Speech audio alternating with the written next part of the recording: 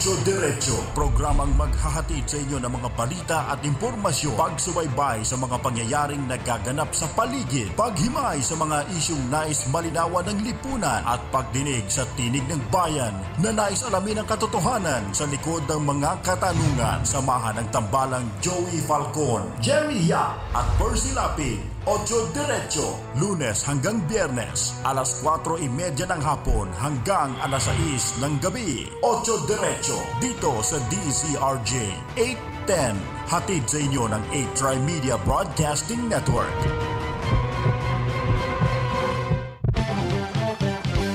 Joey Falcon, Jerry Yap at Percy Lapid pinagsamang puwersa para labanan ng mga mapang-abuso sa ating lipunan. Dito lamang sa Ocho Diretso. Hello. Eto na! Eto na! Eto na!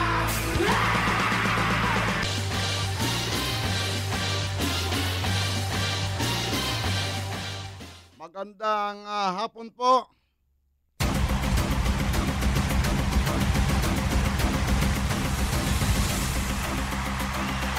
Ako po si Joey Falcon. Nakakasama ninyo mula alas 4:30 hanggang alas 6 ng gabi dito sa Ocho Diretso.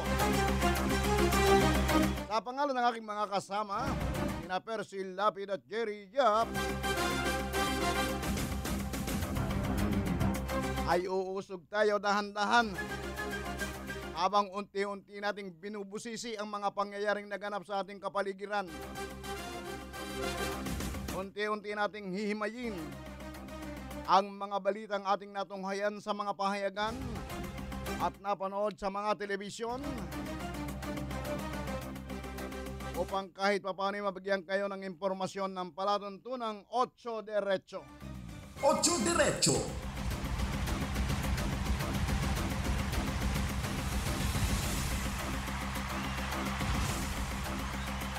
Sa ating mga tagapakinig sa labas, magandang hapon po.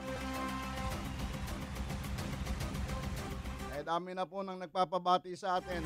Darating ang araw, bati ang portion lang ito.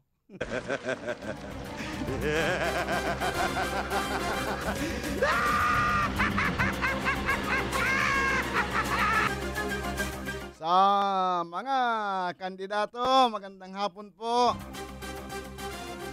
Unti-unti nang kakalusin yung mga nagsampa ng COC o mga naghain ng COC, Certificate of Candidacy sa COMELEC. Sino kaya ang matitira, ha? Sino kaya ang maidideklarang nuisance candidate? Yung mga walang magawa sa buhay, gusto yung manggulo lang o gustong sumikat ang pangalan? May bisita pala tayo rito. Isa sa mga kandidato nag-file ng kanyang presidential candidate.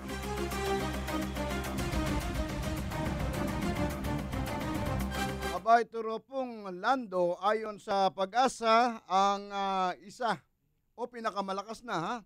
Hindi lang isa, pinakamalakas na bagyo na nagdaan sa ating bansa ngayong 2015. Ano pa lang ngayon, Oktubre, Nobyembre, Disyembre, mahaba-haba pa ang ating lalakbayin bago matapos ang taong 2015. So kung itong Lando ang pinakamalakas, sana wala na pong susunod na pinakamalakas pa rito.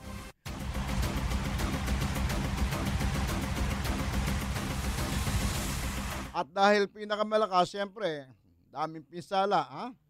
Ang laki ng pinsalang idinulot po nito sa ating sangkatauhan, sa ating mga kabayan, mapatao man o ari-arian. Katunayan, yung pong bilang ng mga nasawi sa nasabing bagyo ay umabot na nga po sa 58, sus Mario Joseph. Akala ko nun hanggang 2 lang. Tumaas na ng tumaas. Naging 58 na ngayon. Sana po naman ay huwag nang madagdagan ang bilang nito. Ang mga nasugatan po umabot naman sa 85. Yun po ay iba-iba ng klase ng pagkasugat. Merong naipit, merong nabagsakan, merong nahiwa ng yero, o kung ano-ano pa man. Basta 85 naging sugatan, 58 ang patay, at 5 pa po ang sinasabing nawawala. 5 katao ang sinasabing nawawala. At ang pamilya raw po na naapektuhan ay umabot ng bilang sa 268,877. Daming pamilya, no? Yan po ang naapektuhan ng bagyong si Lando. At umaabot naman sa mahigit 1,000,000 katao ang apektado ng bagyong Lando sa rehiyong 1, 2, 3, 4A at sa National Capital Region, ganoon na rin po sa Cordillera Autonomous Region, o yung tinatawag nating CAR. At ang damages daw po ay umaabot na sa 7.3 billion pesos. Mahigit na pong 7 bilyong piso. Na kung susumahin natin, 7 billion 300 million pesos po ito, 7.3. Yan daw po ang halaga ng pinsalang idinulot ng bagyong si Lando.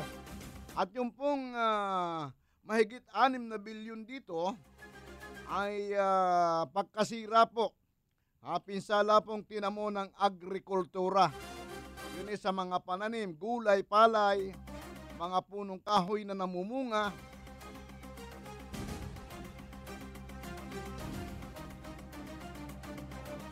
Ayun po, at sinasabing si Pangulong Pinoy ay magtutungo kaninang umaga. Ewan ko lang kung natuloy. Pupunta daw po ng Kasiguran at Kasiguran ng Aurora, at ito'y kanyang titingnan o mag-i-inspeksyon si Presidente yan sa Kasiguran, Aurora. Ewan ko lang kung natuloy, wala pang nakaparating sa atin.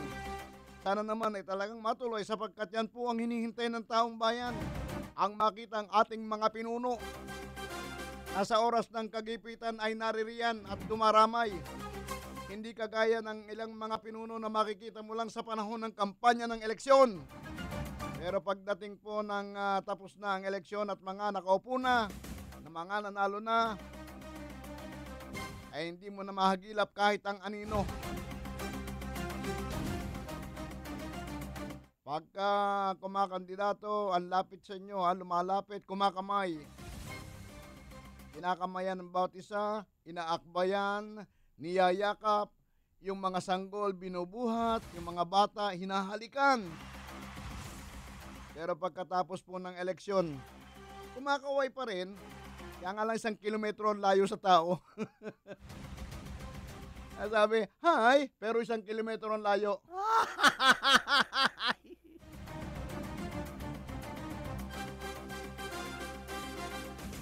So sa mga nagdurusa pa po hanggang ngayon na dahil po sa pinsalang tinamo mula sa bagyong Lando, ako po'y nakikiramay at huwag kayong mag-alala.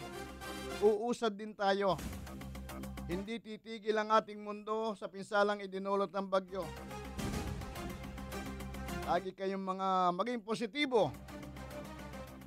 Tumanaw kayo sa malayo, sapagkat malayo pa po ang ating mararating. At anong malay nyo, sa paglalakbay nating muli, mga tagumpay naman yung ating makamit, ha? Pagkalipas ng mga malas, swerte naman ang ating makakamit. Ang ganyan lang buhay. Minsan may gabi, minsan may araw. Pagkalipas ng gabi, araw naman, maliwanag na. Nga lang, sana humaba ang ating araw. Hindi laging gabi. Minsan daw nasa ilalim, minsan nasa ibabaw. Anong malay nyo? Sabi nga ng Aegis, sana nasa ibabaw naman. O yung MRT raw, tumirik na naman kanina, Jesus Mariosep. Ito kasi sekretaryo nito, abala na sa pagkandidato.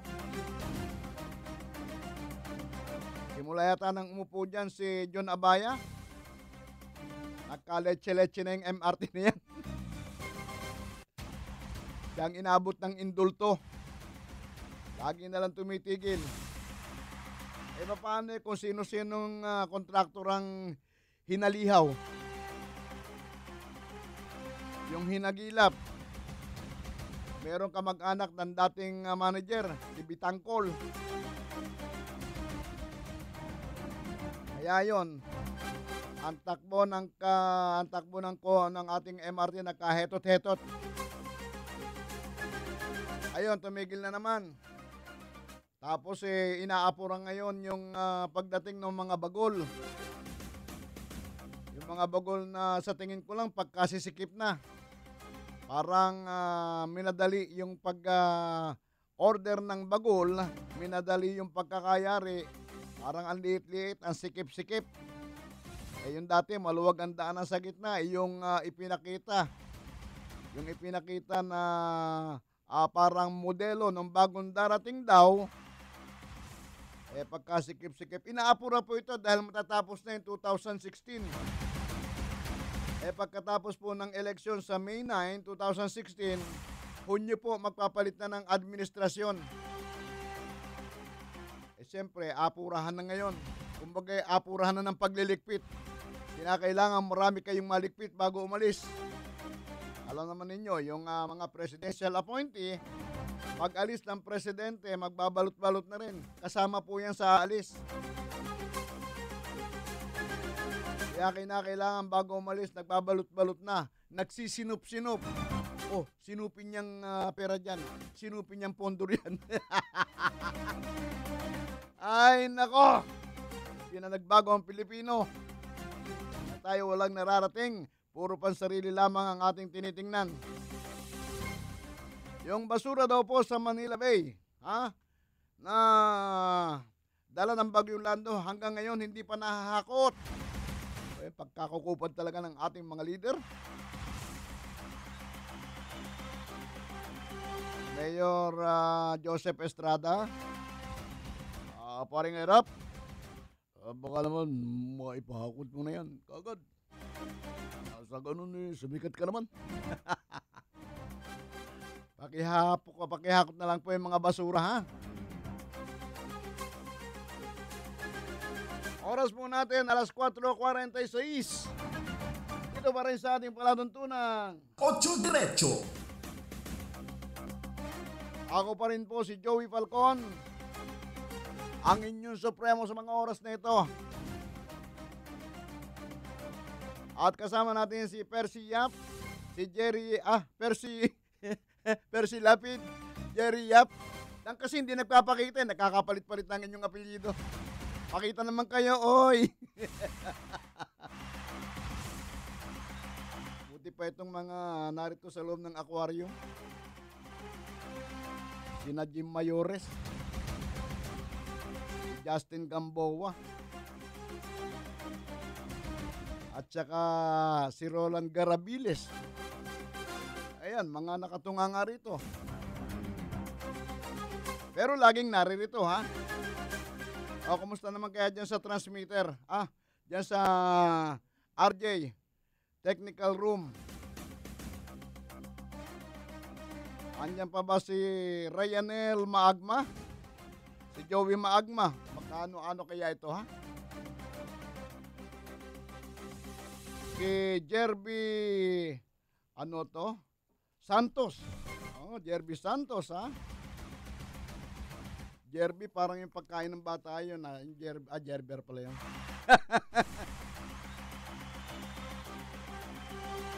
Si Luis Molina. Si Rose Alma. Ba't kasi kinaskas ng lapis to? Pinapahirapan niyo ko. Si Rose Almacera. Mali yata ito. Edon Labrador, si Mark King at si Generon Vito. O yan, ha. Yung mga dyan sa RJ technician, hindi na kayo dihado. Ay, mag-alala, basta araw-araw. Wag lang yung tataas yung wag lang bababaan, oo. Wag niyong itataas masyado. Hanggang 45K, pwede. Wag lang yun yung bababaan, ha? Ay, magandang hapon din dyan sa Tagig. Yan kay Mama Ludivina Rivera. At doon sa Batang Makulit, si Ryan Rivera. At syempre sa Sexing, si Risa Rivera.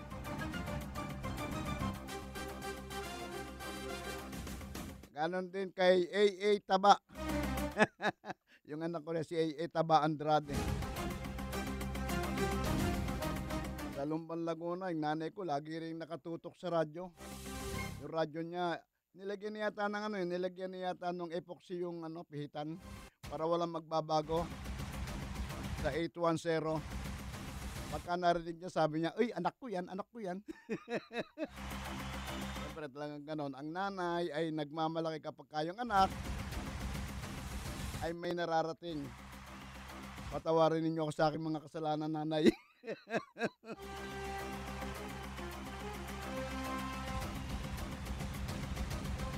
Ang mga Pilipino daw po, ang kailangan nila isang leader na nakikinig sa kanila.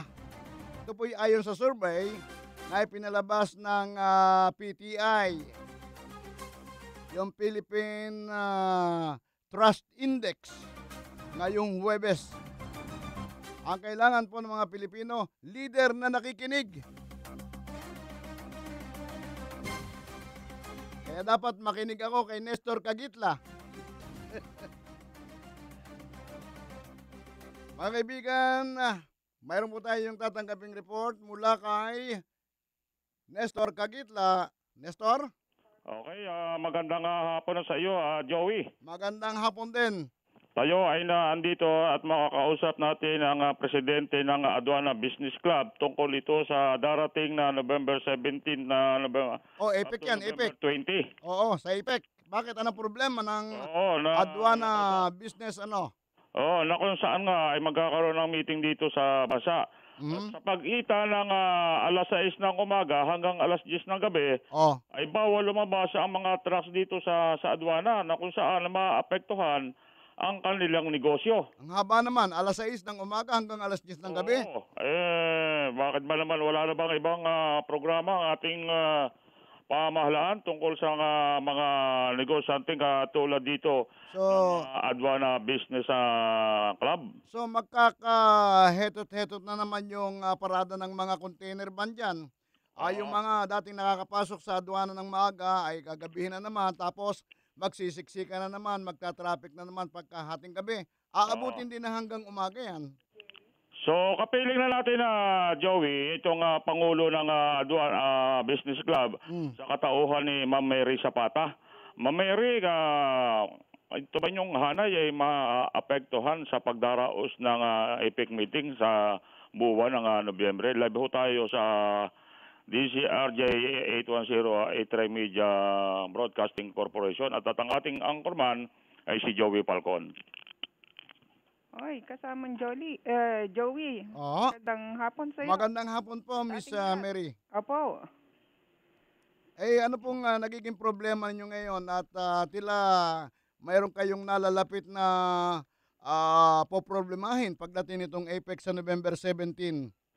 Well, mayroon kasing binalangkas ang MMDA to the MMC Council, yung Metro Manila Council, na ang lahat ng mga mayor ng Metro Manila ay nagkaroon ng kasunduan na for the meantime na yung magkakaroon tayo ng APEC meeting on November 17 up to 20, magkakaroon ng modified truck ban na ang nasasa doon, instead na yung usual truck ban na pinatutupad ngayon, ay parang magiging total daytime truck ban. In the morning, 6 in the morning hanggang 10 in the evening, wala munang tatakbo. So, haba ng oras na yon. Medyo mahaba at going to December pa naman tayo, bare month pa naman tayo. Oo, magpapasko. Unexpectedly, medyo peak season.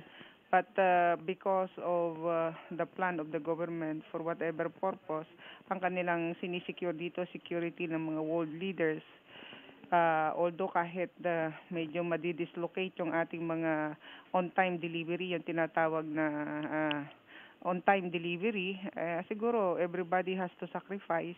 Kami on the tracking side, but most especially maapektuhan din dito yung ating mga importer on the manufacturing side dahil magkakaroon ng delay ang delivery ng mga raw mat. Pati na yung mga consumer, magkakaroon na apekto ito sa mga consumers.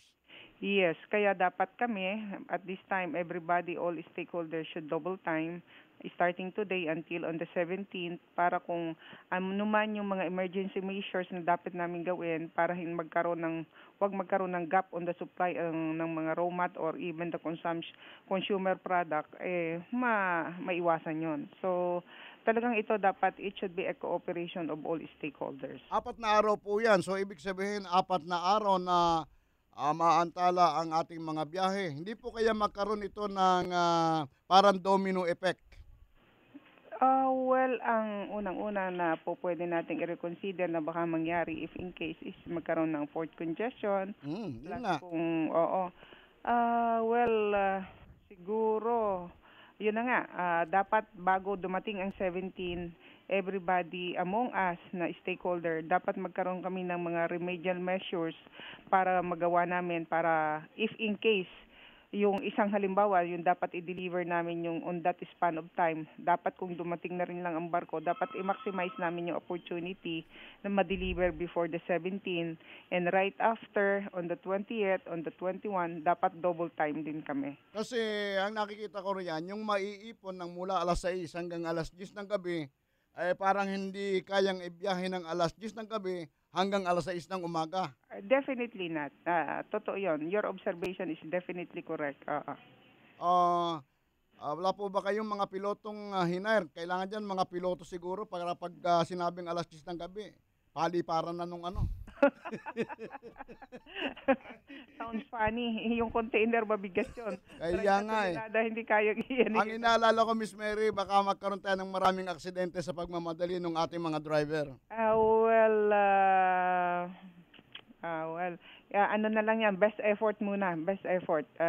Kasi wala naman tayong panalo sa gobyerno. Yun nga po. At kitang-kita naman natin na there is a valid reason for them why they are doing it. Magandang intensyon yung bibigyan ng security, yung mga bisita. Pero ang effect ay malaking pinsala rin. Hindi kaya sila makaisip nung protektado yung mga bisita, pero protektado rin yung ating line of industry. Siguro yun ang pinakamabilis nilang naisip ito. Dapat sa Mactan na lang ibinaba yung mga presidente sa Mactan. Wala namang mapiperwisyo ron. Wala tayo sa posisyon na maghain ng ganyang mga proposal. Oo nga po Ang sa atin hanggang haka-haka na lang. Tayo hanggat kayang sumunod, we will find a way. Pero kung kahit naman sino sa atin, basta nasasaktan, umaaray na rin. So, best efforts na lang? Best effort. Okay, maraming salamat, Miss Mary. Joey, thank you, Joey. Magandang hapon. Sandali, si kasamang Nestor. Okay, Nestor. Hello, Joey. Bago tayo magtapos, binabati natin ng isang masayang kaarawan ngayon, itong si Ma'am Mary Zapata. At birthday pala niya ngayon. Gusto bang kakanta ko ng happy birthday? Kung gusto mo, mayroon dyan tayo ng isang bakalong na baksak lang happy birthday. Kaso puro alulong ng aso yung nandito. So, ayan nga ang ating nakunang pahayag ni Ma'am Mary Zapata na kung saan siya yung tagapangulo ng Aduana Business Club dito sa Aduana. Mula pa rin sa Aduana, ito si Nestor Kagitla para sa DZRJ 810, 8 Media, ang hempilan ng bawat Ocho Diretso. Maraming salamat, Nestor Kagitla.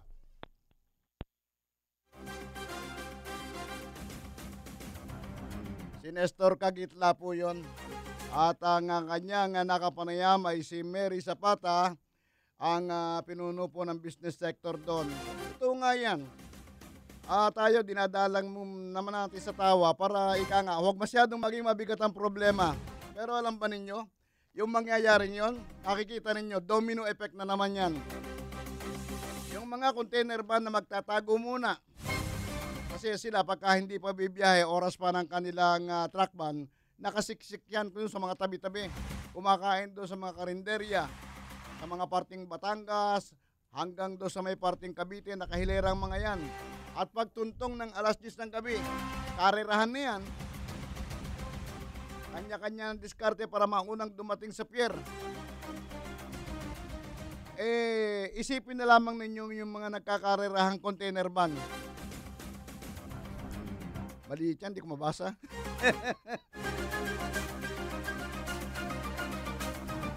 Talaga pong ganyan, tuwing may dadating tayong mga pinuno ng bansa, lahat pabate. O sige. Kaharap ko po ngayon yung makulit na newscaster namin, si Tolis Floriano, at may babatiin yata. Sige nga. Batiin ko na si Eden Merida. Pinsan ko dyan sa may Kalumpit, nakikinig sa atin eh. Ano mo yan? Pinsan ko. Birthday. Hindi niya birthday. Promise? Nakikinig. We. Lalaki yan eh. Lalaki. Lalaki ba? Nakikinig siya. Nag-message sa akin, nasa live streaming daw, nakatutok sa akin. Ayun. Thank you. Okay lang man birthday niya. Baka mag-birthday. Batiin mo na rin happy birthday. Oy, malayo pa ata eh. Malayo pa. Pero wag na mag-alala. Imbitado tayo lahat. Okay. Ma'am Mary, happy birthday. Baka naman. Yun nga po ang tinatalakay natin kanina, pero alas 5 na po. At tayo po ay magkakaroon muna ng balita mula sa Voice of America. Ocho Diretso. Joey Falcon, Jerry Yap at Percy Lapid pinagsamang puwersa para labanan ng mga mapang-abuso sa ating lipunan. Dito lamang sa Ocho Diretso. Trimedia Pro Incorporated. This is VOA News, brought to you live from VOA through DZRJ in Manila. I'm Victor Beatty reporting U.S. critical of Syria-Russia meeting. The United States has criticized Tuesday's meeting in Moscow between the presidents of Syria and Russia. A White House spokesman said Wednesday Vladimir Putin's red carpet treatment for Bashar al-Assad, given the Syrian leader's use of chemical weapons against his own people, instigating a civil war and humanitarian crisis, is at odds with Russia's stated goal of a political transition. Another spokesman, John Kirby, Wednesday said Washington was not surprised by the visit, but is keeping its eye on the goal of a political, not military, solution. What we want to do is focus on trying to get real possibilities here for a political transition. We recognize that that's more difficult to do when the Assad regime feels more emboldened and more empowered by the extra support that they get from the Russian military. Russian Foreign Minister Sergei Lavrov is to meet Friday in Vienna with American, Turkish, and Saudi diplomats on Syria. French President François Hollande Wednesday met with his Malian counterpart in Paris Wednesday, promising support for the beleaguered country's effort at economic development. Mais nous devons également appuyer le développement économique. Mr. Hollande says France needs to serve as an example by encouraging French business to offer products, services, and investments to the people of Mali. Pour nous, il ne saurait y avoir d'amitié sans considération et sans respect. Ce que nous avons vu. Mali's President Ibrahim Boubacar Keïta spoke of the enduring friendship between the two countries. It was the first state visit by a Malian leader to France since independence in 1960 and came on the eve of an international conference on the African country's economic recovery and development in Paris. French military intervention in 2013 helped drive Islamist militants out of the country's restive north. This is VOA News. You've been listening to VOA News, brought to you live from VOA through DZRJ in Manila. DZRJ 810 at 8 Trimedia Broadcasting Networks. Ang himpilan ng bawat Pilipino.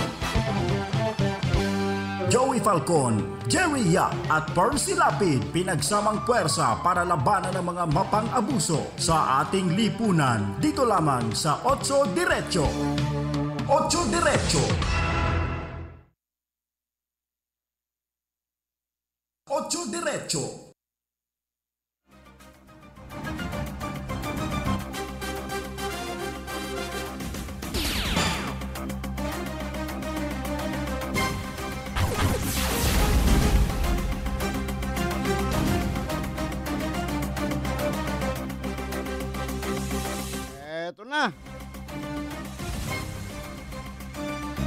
Balik na naman tayo sa Himpapawid. Ako pa rin si Joey Falcon. Napangalan pa rin ng aking mga kasamang sina Percy at si Jerry. Ayos kong ibigay sa inyo ang aming text line just in case na gusto ninyong sumali sa ating talakayan. Mag-text lamang kayo. Ito ang ating number 0977-342-1644. 0977-342-1644. Sakalit meron kayo dyan mga reklamo sa inyong lugar, sige, papasadahan natin. At hindi natin babanggitin ang inyong pangalan. Hindi ko babanggitin ang inyong pangalan. Papasadahan natin kung sino man yan. Basta totoo, ha? Huwag yung naninira lang tayo ng tao. Kawawa naman yung masisiraan natin. Basta opisyal ninyo dyan at hindi umaaksyon o kung ano pa man ang nangyayari dyan sa inyong barangay, sa inyong kapaligiran, ang inyong alkalde, ang inyong vice-alkalde, at papapogi na naman dahil mag-eleksyon, birahin natin. At kung gusto ninyo kaming makita live, magtungo kayo sa www.8trymedia.com o yung ating text line 0977-342-1644.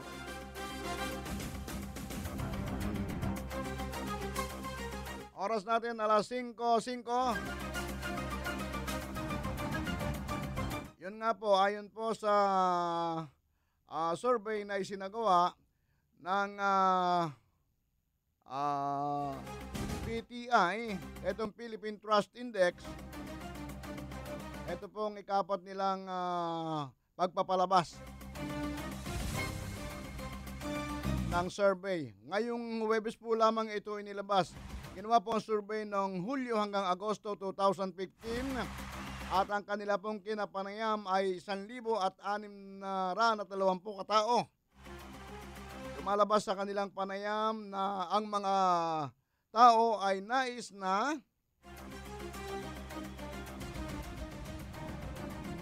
nilang ang kanilang mga maging leader ay yung nakikinig sa kanilang mga opinyon, sa kanilang mga suliranin at sa kanilang mga hinaing. Kailangan daw po sa leader, sabi ng mamamayan, ay yung talagang may kagustuhan na makinig sa feedback ng mga tao. Mga leader na may strong political will at yung may pakialam sa kapakanan ng mga tao at yung tumutupad sa kanilang ipinangako noong panahon ng kanilang kampanya. Lumalabas na sa PTI survey, 2 sa 10 katao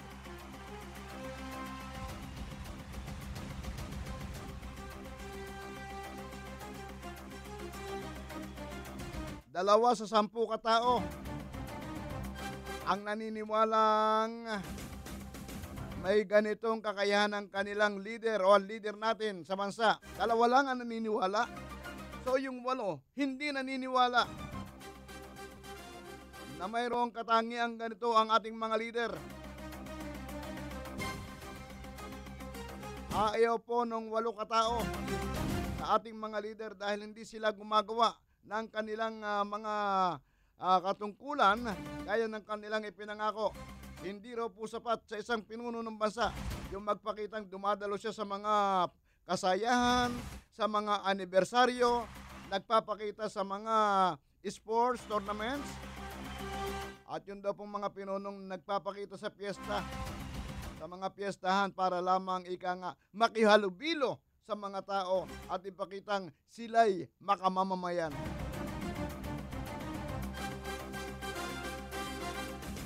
So, ang kailangan po ng ating mamamayan ay yung leader na nakikinig.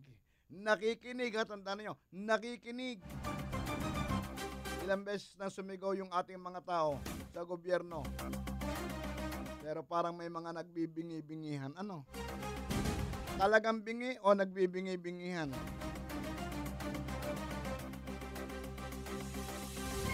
Ilang beses nang pinakakasuhan yung mga nasangkot sa Disbursement Acceleration Program o yung DAP, yung DAP anomaly. Pero parang nagtengang kawali lang. Alam ba niya tengang kawali? Yung pagka tumama, tumatalbog. Tumatalbog lang sa hangin ang isinisigaw ng mga mamamayan.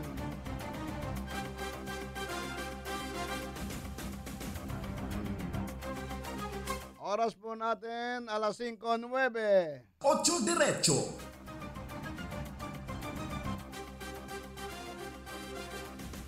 Nagwala pong isang army corporal sa Basilan, sa kampo ng Basilan.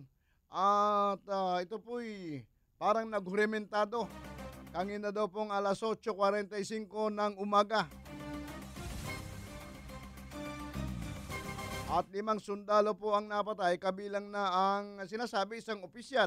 Pero sa report po naman ng mga opisyal ng kampo sa Basilan, doon sa Camp Sumisip, Basilan, ay 2 raw pong opisyal ng militar ang napatay. Yan po'y ayon kay Colonel Medsan Resiado, ang commanding officer ng 64th IB.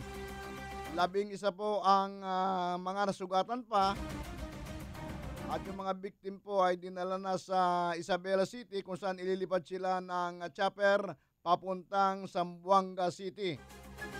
Ang suspect nagngangalang daw Corporal Taha. Corporal Taha na nag-amok.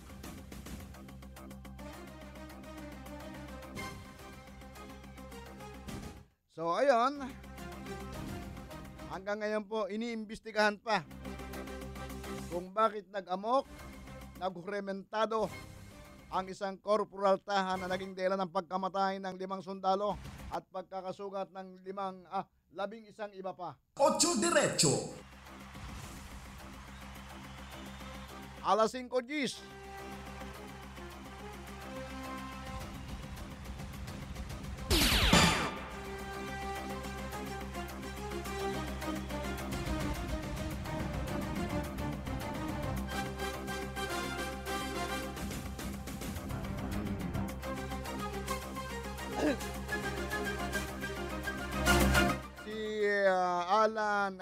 Senador Alan Peter Cayetano daw po ay umaasa pa hanggang ngayon na si Davao City Mayor Rodrigo Duterte ay tutuloy sa kanyang pagtakbo bilang presidente ng bansa.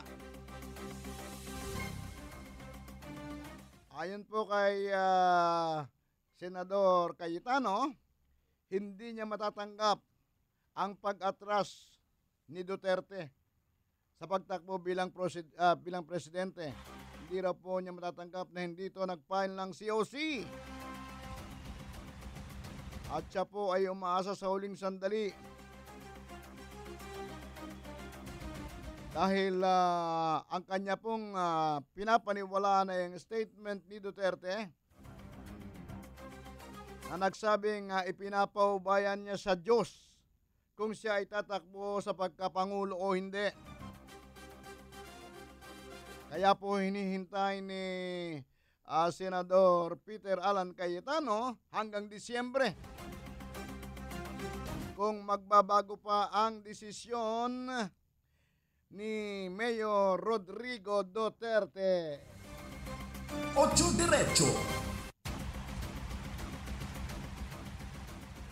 Pero sa lumabas nga po sa mga balita,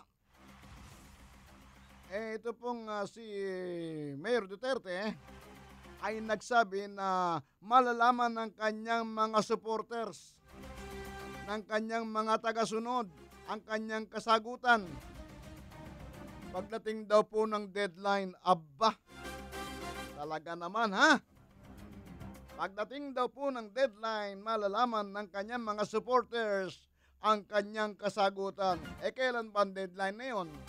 Ang deadline po ay hanggang December 10. Yun po ang sinasabing substitution month na pwedeng pumalit ang isang kandidato doon sa kandidatong aatras. Sabi pa po ni Duterte, para matapos, wala na lang ingay. Tingnan na lang natin sa Disyembre. Dahil under nga po doon sa rules ng COMELEC, ang kandidato ay pwedeng volunteer na mag-withdraw. Pagdating o bago dumating ang December 10 at ito ay magpapalit sa isa niyang kasama sa partido on or before December 10. Matatandaan ninyo merong naghain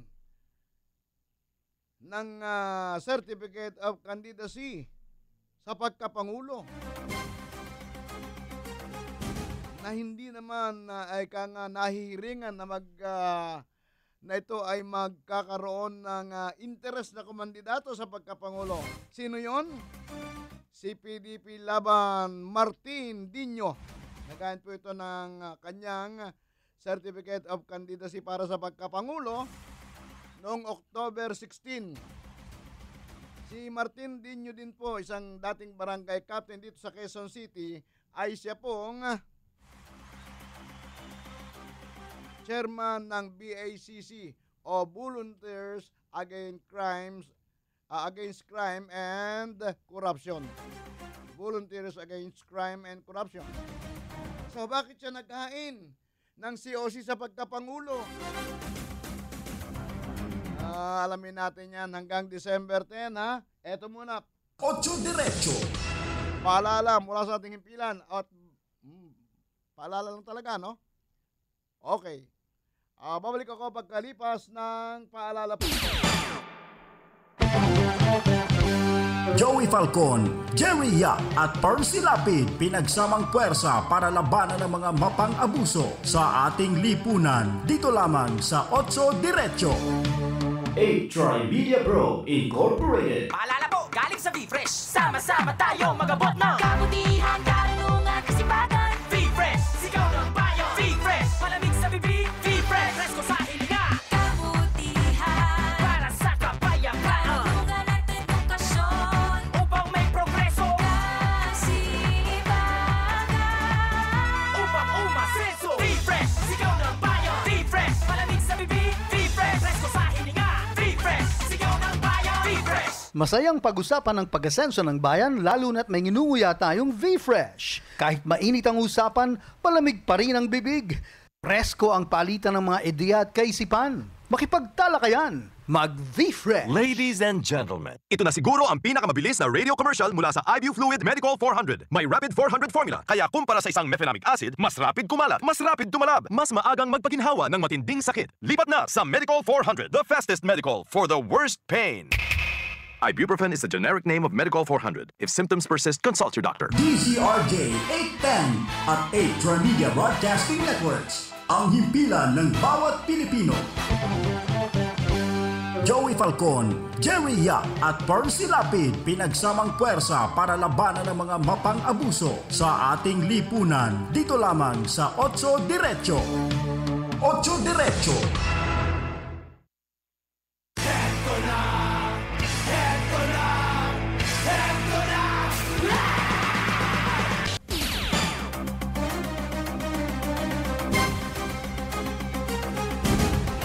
Balik po ako. Ito pa rin ang inyong lingkod, Joey Falcon, ang inyong supremo. Kasama ko pa rin si Percy Lapid at Jerry Yap. Alam lang sila dito. Andyan lang yan, nag-ikot-ikot. At nangangalap ng mga ulat na ating may komentaryo sa oras na ito. Ano nga kaya, no? Ako'y naguguluhan din dito kay Mayor Duterte, ha? Pareng Rodring. Ano ba talaga? Tatakbo ka pa. Kasi nag-file po ito ng, sinasabing nag-file ito ng COC sa pagka-mayor sa Davao City. Si Mayor Duterte. Ang kanya pong pagpapile ay sa ilalim ng partidong Hugpong sa Taong Lungsod. Yun po ang lokal na partido. Lokal na partido ni Mayor Rodrigo Duterte. Pero ayon po sa legal department ng COMELEC, nahiringan nila na kumalas na sa affiliation ng Hugpong sa Taong Lungsod Party etong si Mayor Duterte. So ito ay magiging PDP laban at baka mag-substitute kay Martin Dino sa darating na Disyembre 10. Abangan natin, ha? Excuse me!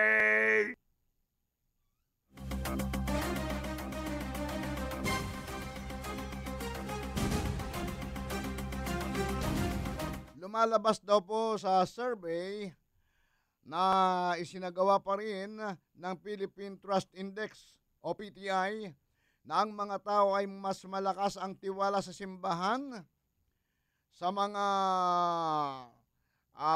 ang sumunod po rito ay mga paaralan, yung mga tauhan ng pagtuturo, at sa ikatlo po ay sa media.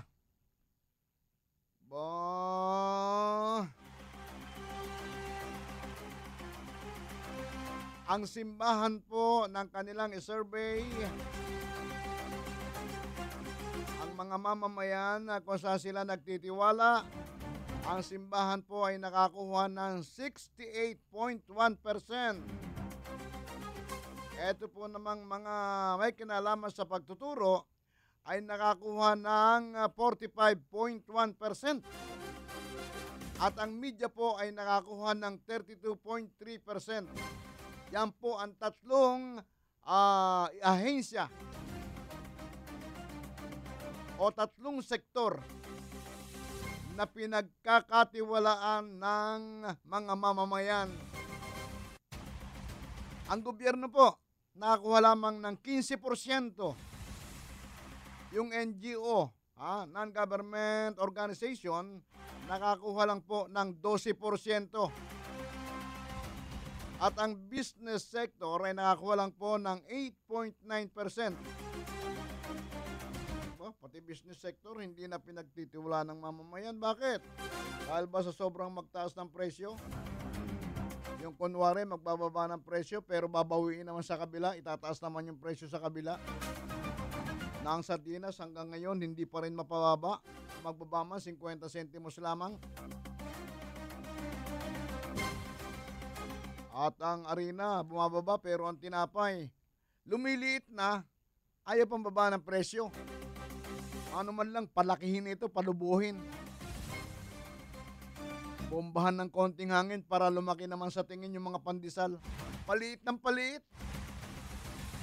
Mahilig pa naman ako sa pandesal tuwing umaga. Papalamanan mo ng itlog.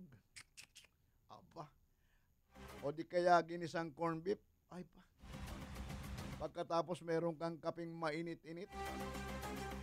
At merong babaeng naliligo sa banyo. Yari ang almusal.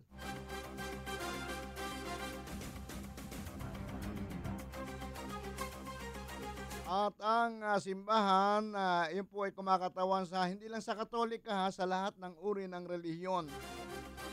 Lahat po ng religious sector. So yung pong simbahan ang unang-unang pinagkakatiwala ng mamamayan. Sumunod po ang mga nagtuturo, eskwelahan, yung tinatawag ng ating academic sector, at ang sumunod po pangatlo ang media sector. Sa government 15% lang. Ang layo kung ikukumpara mo sa church, 68.1%. Bakit? Sa anong kadahilanan at parang ika nga hindi na masyadong nagtitiwala ang tao sa gobyerno? Huwag naman.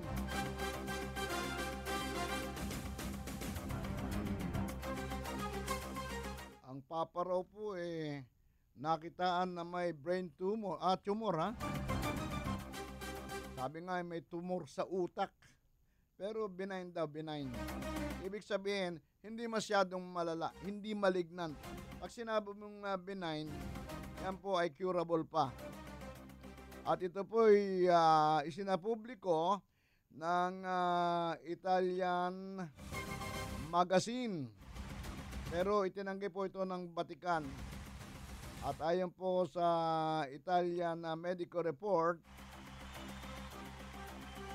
ay nagpapa-check up lamang ang Papa ng kanyang regular check-up. Pero yun po ay napalagay sa diaryong Quotidiano Nazionale. Sinasabi po sa dyaryo na ang 78 taong gulang na si Pope Francis ay lihim daw pong nagpunta sa kanyang helicopter sa isang maliit na bayan ng Tuscan. At dito raw po ay nakipagkita siya sa isang doktor na Hapon. At inireport po ng pahayagan ng Augustinian Pope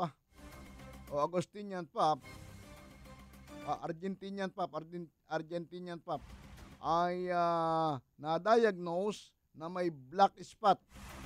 Meron po siyang parang pinaka-spot doon sa kanyang utak. Pero ayun nga po sa Vatican, ito ay curable. Hindi po malignant. 78 na pala si Pope Francis. Napakabait ng papang yan. Marami siyang binago, Marami siyang binago sa tradisyon na ginagawa ng ilang dating naging papa. At marami siyang binago doon sa mga ruling ng simbahan. Kagaya ng pwede nang binyagan ang bata kahit walang ama.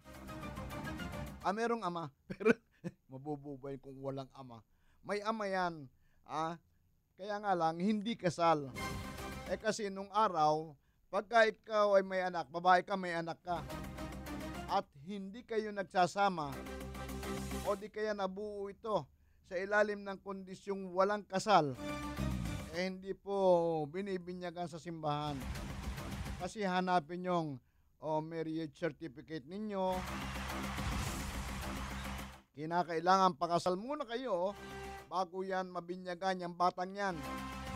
Meron pong babae na sabi nga yung anong tawag doon, yung naanakan sa pagkadalaga. Yung matapos anakan ay bigla na lamang parang bulang naglaho.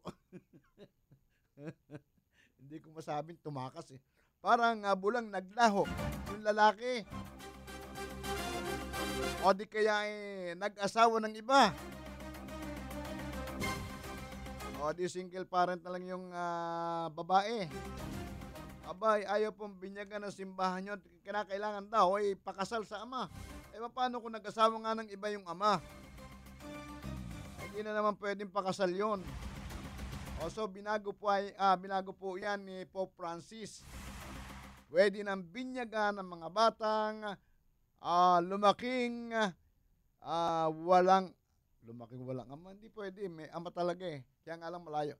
Lumaking hindi magkasama yung nanay at tatay. Magkahiwalay at hindi kasal. Kasi sabi po ni Pope Francis, sino tayo para tumanggi na binyagan ng mga batang ganyan? Samantalang ang Diyos ay mapagmahal sa mga bata. Yun po isa sa mga nabago. At marami pa po marami pang nabago ang ating Papa. Binigyan niya na rin ng pagkilala yung LGBT. Yung mga bakla, tomboy, transgender. Nung araw halos ika nga pandirihan at ipagtabuyan ng mga yan. Oras po natin, alas 5:28. 8 Diretso.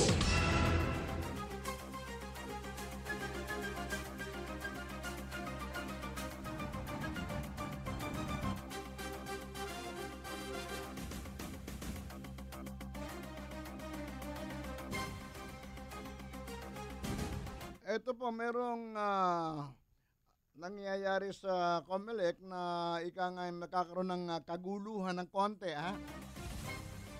Kasi unti-unti na po nilang sinasala yung mga tumakbo sa pagkapangulo, sa pagkapangulo. Mantakin ninyo yan, 130 ang tumakbo sa pagkapangulo.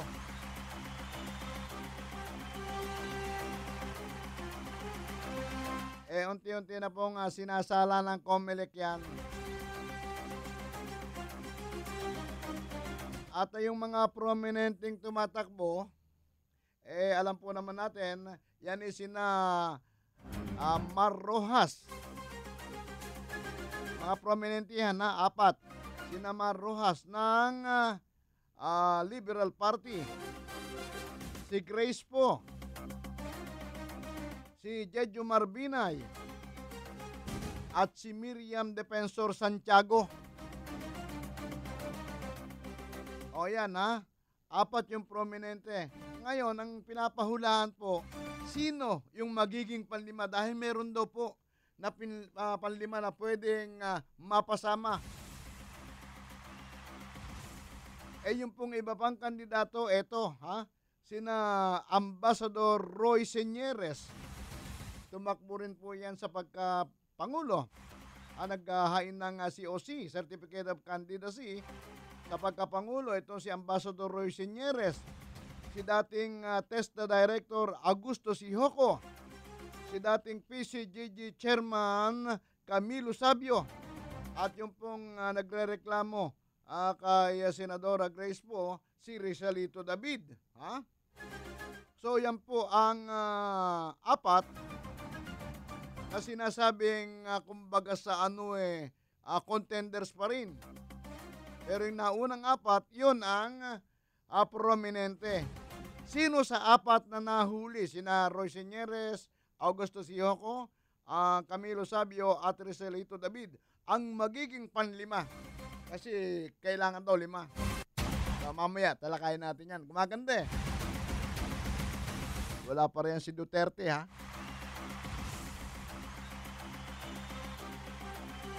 meron tayong text dito, hindi ko na mabanggitin. Basta tatawagin ko lang itong si Art. Manhid na ho ang mga politiko at kapakanan lang nila ang nasa isip.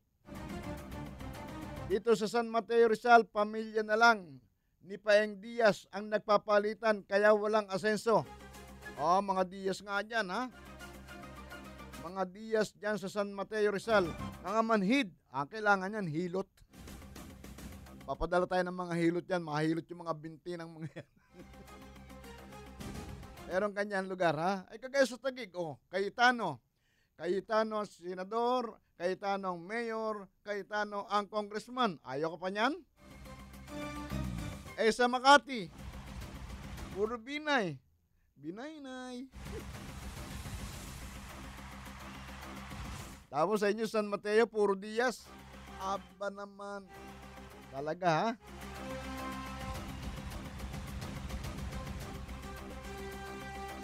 Ano to mga papasalamatan po bukas?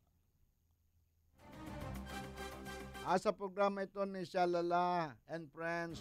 Mga pasasalamatan po bukas, Friday, October 23, ang Barangay Hall of 369, New Antipolo Street, Zone 37. Ito po sa District 3 ng Santa Cruz, Maynila. Nais natin pasalamatan sina Chairman Engineer Manolo R. Calianta, Kagawad Richard Benitez, Richie Santos, Secretary po nila si Mercelita A. Reynas, at sa lahat po ng mga tanod. Bukas po nandiyan kami, Andiyan tayo mga kasama. Nandiyan sila at mamimigay sila ng mga papremyo. Mga gift pack po galing sa A-Try Media. So, ang tabayanan ninyo, ang grupo, yan sa inyong lugar, Barangay Hall of 369, New Antipolo Street, Zone 37, District 3, Santa Cruz, Maynila. Chairman Engineer Manolito Calianta, Pakiabangan po ang grupo bukas. Maraming salamat po. Alas 5:33. Babalik po tayo pagkalipas lamang nito. This time check is brought to you by IB Fluid Medical 400, the fastest medical for the worst pain. Joey Falcon, Jerry Yap at Percy Lapid pinagsamang puwersa para labanan ng mga mapang-abuso sa ating lipunan. Dito lamang sa 8 Diretso. 8 Tri-Media Pro Incorporated. Narito ang mga programang kapanapanabik, punong-puno ng impormasyon at kasiyahan. Mga programang ipinagmamalaki ng 8 Tri-Media Broadcasting Network. Simula alas 5 hanggang alas 9 ng umaga, bibida ang mga kabataan sa New Bandido kasama si Pia Morato. Alas 9 hanggang alas 10 ng umaga, mga balita at makatotohanang komentaryo ihahayag sa Lapid Fire kasama si Percy Lapid. Maaasahan at mapagkakatiwalaang public service ihahatid sa alas 10 hanggang alas 11 ng umaga sa programang Katapat at Karancho kasama ang inyong katapat Mayor Fred Lim at inyong Karancho Miguel Hill. Alas 11 ng umaga hanggang alas 12:30 ng tanghali, babaha ng limpak-limpak na papremyo at kasiyahan sa Shalala and Friends kasama ang Shalala ng buhay nyo. Alas 12:30 hanggang alauna ng hapon, mga nagbabagang balita ang ihahatid sa Balita sa Tanghali kasama ang inyong Karancho Miguel Hill. Sariwain ang mga awiting nagbibigay inspirasyon sa saliw ng musika noon at ngayon. Alauna hanggang alas 2 ng hapon kasama sina Lloyd Umali at Ima Castro. Kayo naman mga amiga, usapang babae sa Girl Talk alas 2 hanggang alas 3 ng hapon kasama si Pelita Peralta Uy at DJ Tony. Mga pinakahuling entertainment updates at pinakasariwang chika ihahatid sa alas 3 hanggang alas 4 ng hapon sa Showbiz Galore kasama ang nag-isang reyna ng mga Galorians, Rodel Ocampo Fernando. Alas 4 hanggang alas 4:30 ng hapon, mga pinakahuling kaganapan sa maghapon ihahatid sa Balita alas 4 ni Tolitz Laurenio. Alas 4:30 ng hapon hanggang alas 6 ng gabi, mga katanungan ng lipunan bibigyan ng kasagutan sa 8 Diretso kasama sina Joey Falcon, Jerry Ya at Percy Lapid. Alas 6 hanggang alas 7 ng gabi, usapan para sa wastong kalusugan ihahatid sa inyo ng Klinika on Air. Samahan ng mga batikang doktor ng bansa, Dr. Charlie Mendez, Dr. Ray Salinel Jr. at Dr. Edwin Bien. Mga dekalidad na programa sa radyo na gagabay sa pamumuhay ng bawat Pilipino. Handog sa inyo ng 8 Tri-Media Broadcasting Network. Dito lamang mapapakinggan sa DZRJ 810, ang himpilan ng bawat Pilipino. DZRJ 810 at 8 Tri-Media Broadcasting Networks, ang himpilan ng bawat Pilipino. The doctor is on air dito sa Klinika on Air. Usapang pangkalusugan, mga wastong paraan upang sakit ay malunasan. Ihahatid ang tamang gabay sa pangangalaga ng ating katawan. Klinika on Air. Samahan si Dr. Charlie Mendez tuwing Miyerkules, Huwebes at Biyernes, alas 6 hanggang alas 7 ng gabi. Klinika on Air dito sa DZRJ 810. Hatid sa inyo ng 8 Tri-Media Broadcasting Network. 8 Diretso, programang maghahatid sa inyo ng mga balita at impormasyon, pagsubaybay sa mga pangyayaring nagaganap sa paligid, paghimay sa mga isyung nais malinawan ng lipunan at pagdinig sa tinig ng bayan na nais alamin ang katotohanan sa likod ng mga katanungan. Samahan ng tambalang Joey Falcon, Jerry Ya at Percy Lapid. 8 Diretso, Lunes hanggang Biyernes, alas 4:30 ng hapon hanggang alas 6 ng gabi. 8 Diretso, dito sa DZRJ 810. Hatid sa inyo ng 8 Tri-Media Broadcasting Network.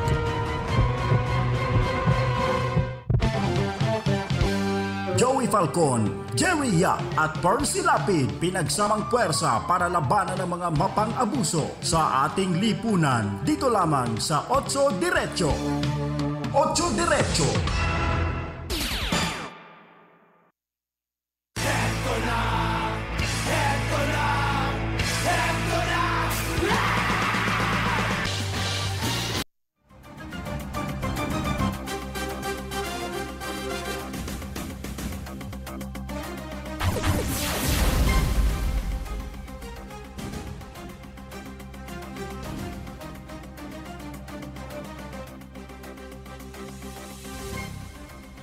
tuloy-tuloy po tayo sa ating programang 8 Diretso.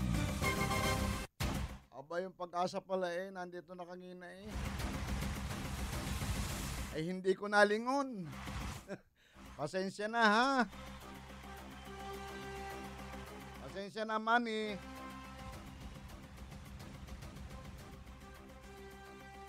So, yung nabanggit ko kanina, yung 4 na prominenteng sa pagkapangulo at yung 4 na susunod pa, ay malalaman daw po natin kung sino yung magiging panlima. Bago mag-Disyembre, Agis. So, kumagandang laban. Antabayanan.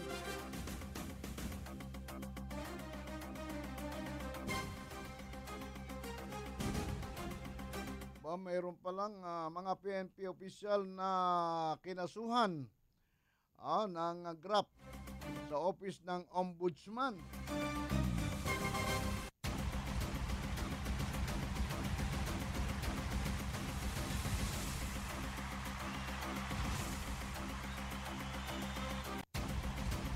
Ano to?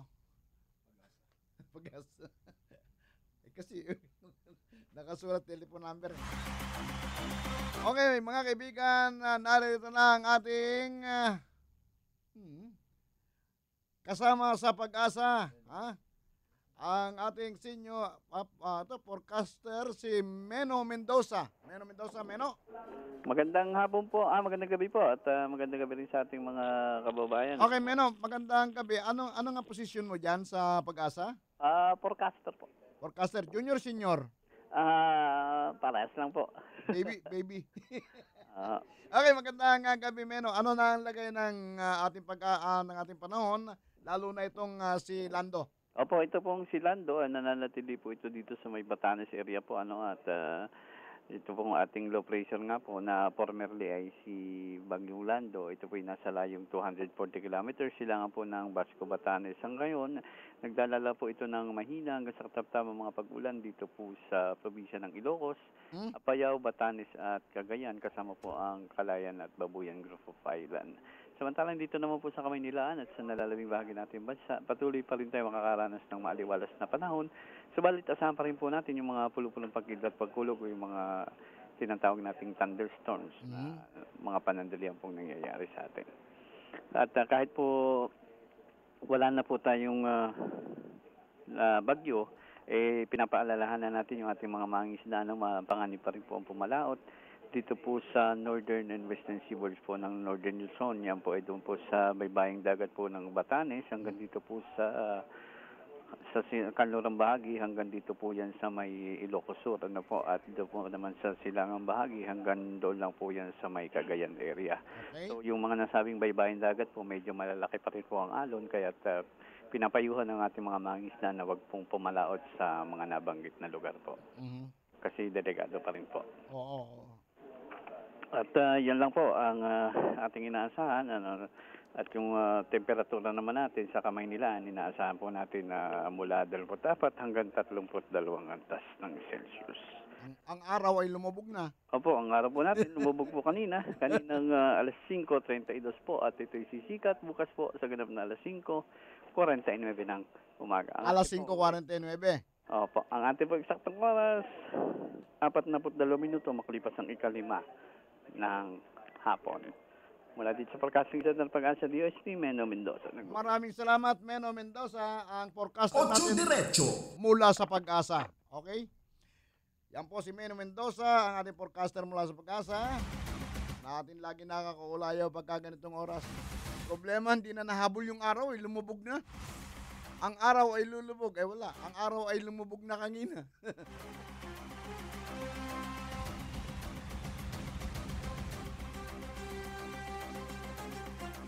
Oras po natin, alas 5:43. Mayroon pong mga official kasi na nagkaroon ng maanumalyang pag-i-issue ng lisensya sa mga high-powered firearms.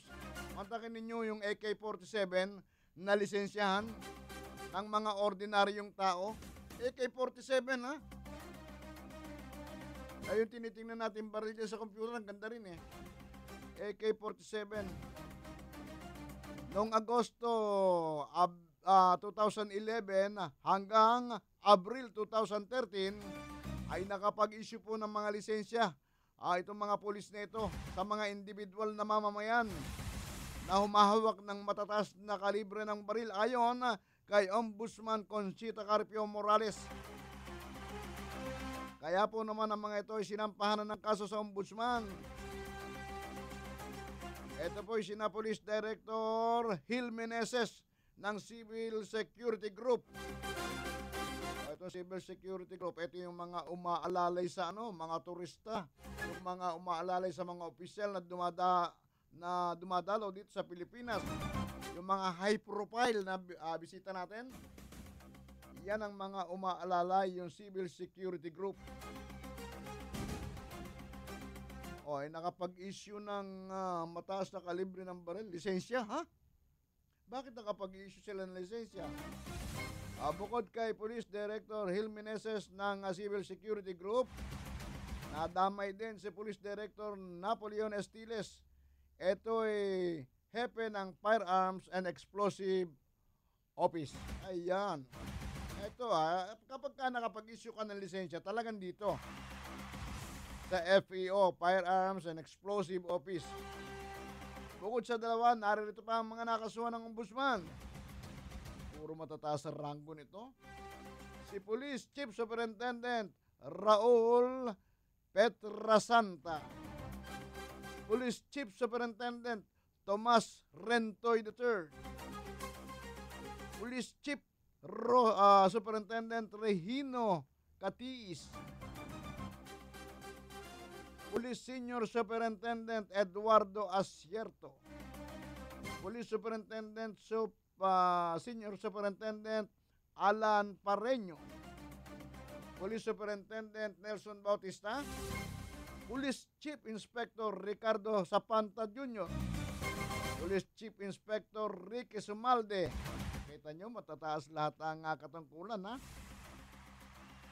O ito mga serento na dawit.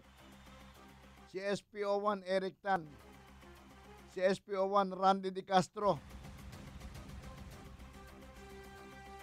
Tapos itong mga non-uniform personnel, si Nora Pirote, babae. Non-uniform personnel, si Sol Bargan, babae. Si Isidro Losada ng Caraga Security Agency. Itong mga nasa ilalim, itong mga napag-utusan lang. Ang kailangan dito ang pagtuunan ng pansin yung mga nasa taas, yung nasa heaven. Dahil yan ang mga nag-uutos doon sa mga mabababa. Sige, isyuan mo yan, akong bahala. Naharap din po sa kaso sina Petrasanta at Estiles dahil pinahintulutan din umano nila ang pag-issue ng lisensya at pagbibigay ng permit para sa mga armas. Ipinagbabawal po kasi sa Section 3 ng Republic Act number 3019 ang public officials ng paglagay sa panganib o kaya pagbibigay ng hindi nararapat na pabor kang inuman. Siyempre, itong mga matataas na opisyal nito, pag nagbigay ka ng pabor, may kapalit yan. Ano pa ba magiging kapalit? General, ako nang bahala sa kotse mo. Issuean mo lang ng lisensya ang armas ko. Pagka may lisensya ng mga armas ko, pumili ka na ng kotse mo. O di kaya ipapadala ko na lang dyan ang susi. Ganyan yung kalakaran dyan. Ayon po sa batas, public officials are prohibited sa mga ganitong pagbibigay ng pabor sa mga pribadong mamamayan. Ayan. So, ganyan lang. Sa una, ligaya. Ang susunod, disgrasya. Yan ang tinatawag na karmatics. Karma. Kapag ka ikay pumapailan lang na sa iyong masamang gawain, unti-unti nang darating ang karma. Ocho Diretso.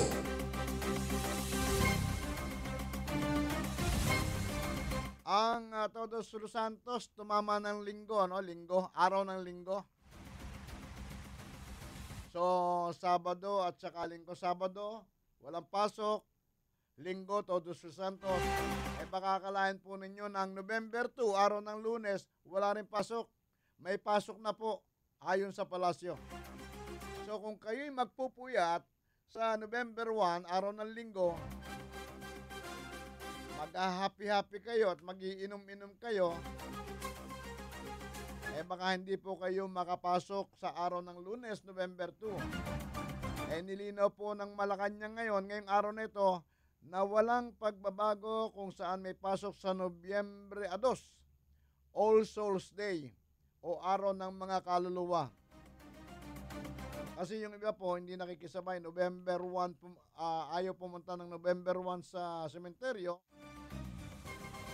Dahil sa November 2 sila pumupunta, yun daw po ang All Souls Day, o araw ng mga kaluluwa. Pero muli pong ipinalaala at nilinaw ng Malacanang, kasunod ng mga katanungan po ng ilan nating kababayan, kung may deklarasyon ang pamahalaan sa araw ng kaluluwa. Base po sa Proclamation number 831 na pinalabas noong Hulyo 17, noong pa pong taong 2014, tanging ang November 1 lang po, o All Saints Day, ay isang special non-working day. So, hindi po holiday yun. Isang special non-working day. Linggo po bumagsak ang November 1 na panahon ng mga Katolikong makabisita sa puntod ng kanilang mga mahal sa buhay na pumanaw na. Kaya yung linggo po, okay na. Huwag na kayong umasang ang Lunes ay walang pasok. May pasok po ang Lunes ayon sa palasyo.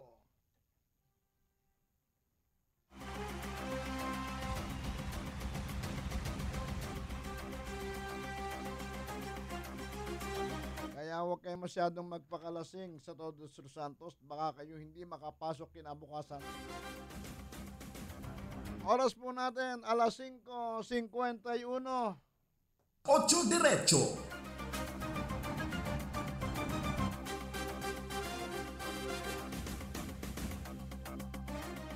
Ano naman ito? Itong kay Pacquiao.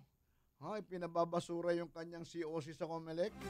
At tandaan nyo, hain ng Certificate of Candidacy si Pambansang Kamao Manny Pacquiao bilang senador sa Comelec. Ito raw po'y ipinababasura ng isang private petitioner na ipawalang bisa ang Certificate of Candidacy ni Sarangani Representative Manny Pacquiao para makatakbong senador sa 2016. Ang nagpetisyon po ay isang nagpakilalang Ferdinand Sevilla. At batay po sa kanyang petisyon, dapat umanong tanggalin si Pacquiao sa listahan ng mga kandidato at ideklara raw po itong nuisan candidate. So, dapat ideklara ang nuisance candidate, At agad po ng petitioner, walang karapatan si Pacman na kumandidato sa mas mataas na posisyon dahil kulang daw po ito sa kwalifikasyon. Ayon pa sa petitioner, isa rin ang mambabatas sa may pinakamaraming pagliban sa kamara. Ang Pinoy boxing superstar ay lagi raw pong absent. Kapansin-pansin din daw po niya ang paglahok ni Pacquiao sa debate noong sa Reproductive Health Bill dahil inuulit lang nito ang mga dati nang naitanong ng kanyang mga kapwa kongresista. Ito po po si Pacman kandidatong senador sa ilalim ng United Nationalist Alliance ni Vice President Jejomar Binay.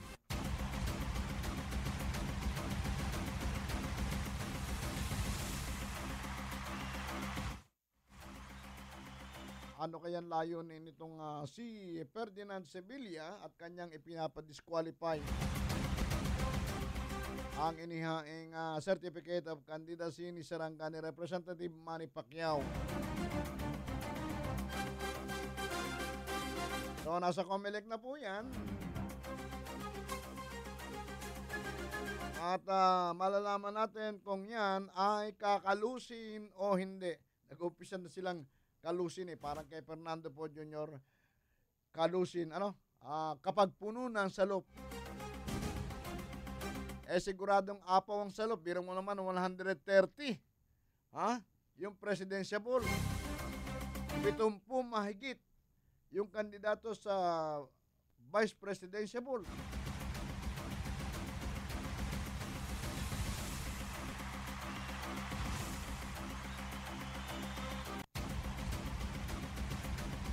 Oras po natin, alas 5:54.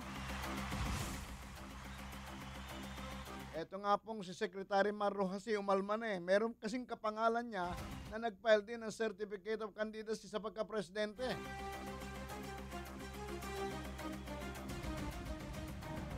Ang pangalan po kasi ni Secretary Rojas ay Manuel Araneta Rojas II. Yung pong nagsampa ng naghain din ng COC sa pagkapangulo, Manuel Antonio Rojas. So pareho silang Manuel, parehong may Rojas, middle name lang ang naiba. Ang problema, parehong nag-uumpisa sa letter A.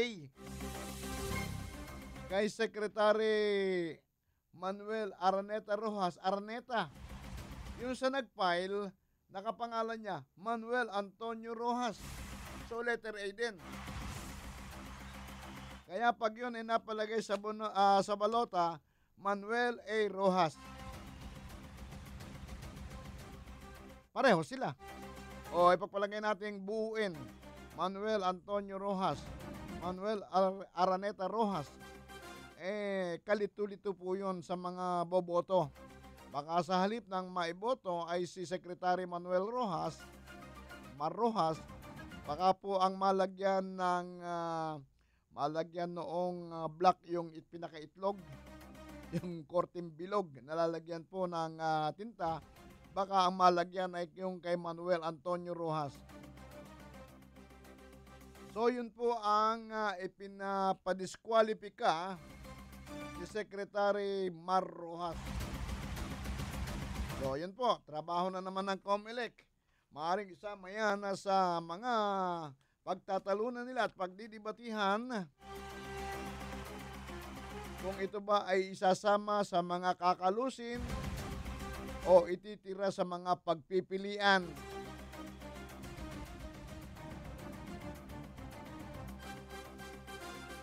Talagang ganyan po ang eleksyon, masalimuot napakarami. So, kinumpirma nga po ng Commission on Election na tatanggalin na nila ang 70% sa mga presidential bets na naghain ng Certificate of Candidacy para sa 2016 election. Sinabi po ni spokesman na James Jimenez ng COMELEC, mula po sa mga naghain ng 130 sa pagkapangulo, ay 125 kandidato ang kanilang hihimasin, bubusisiin sa kanilang mga hearing at didesisyonan kung pwedeng tumakbo ang mga ito o pwede nang i-etsa puwera. Ayon po kay Jimenez,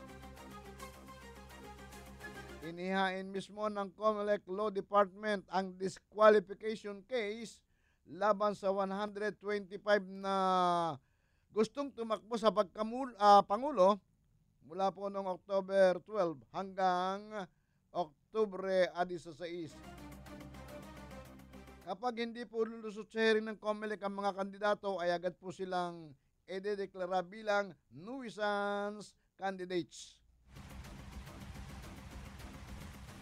Sa ngayon po, si Vice President Jejomar Binay pa lamang, kasama sina Senadora Grace Poe, Senator Miriam Defensor Santiago, at dating Secretary ng Interior and Local Government Manuel Rojas II ang nangunguna sa mga presidential bets.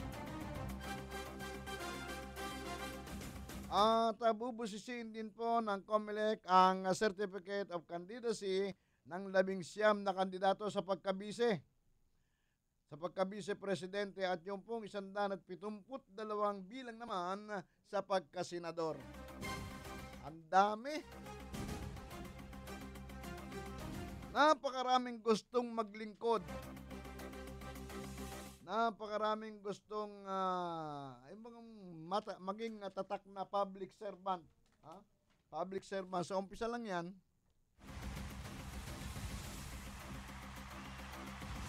Na sila daw po ay magiging lingkod bayan. Na sila daw po ay maglilingkod sa mamamayan ng buong katapatan. Pero pag nahalal na, ala rin. Kaya bayan, huwag tayong paulol sa mga manlolokong yan. Bayan, huwag tayong pauto sa mga manlolokong yan.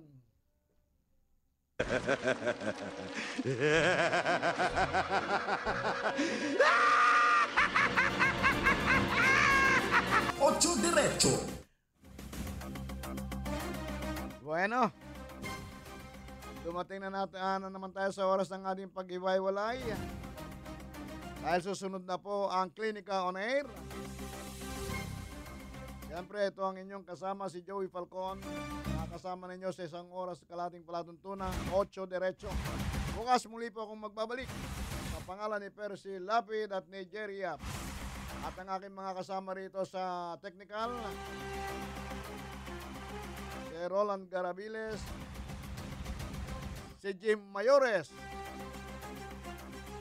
si Romar Bacalso, at si Justin Gamboa. Pangalan artista yun, ano? Pero magandang lalaki po si Justin kapag nakita nyo.